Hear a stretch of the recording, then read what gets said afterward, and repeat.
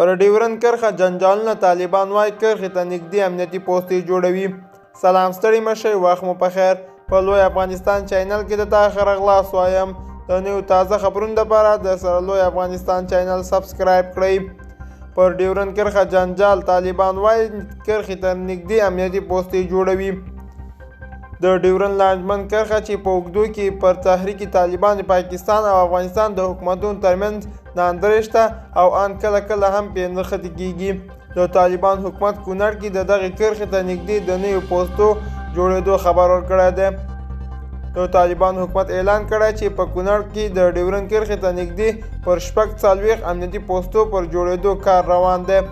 دا پوستې داسې حال کې جوړیږي چې لا پر کونړ د پاکستان له لوري توغندي بریدونه کیږي. پاکستان ادعا کوي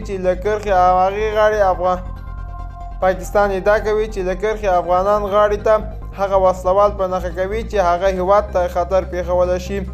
طالبان وايي د افغانستان خاوره به د هیڅ هیواد خلاف کارول نشي.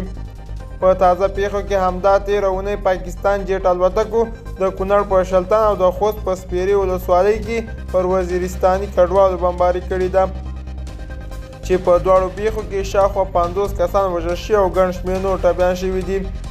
د ډیورند کرښې په اوږدو کې د ودانیو یا د هر ډول تحریکاتو پر سر مخنیوی.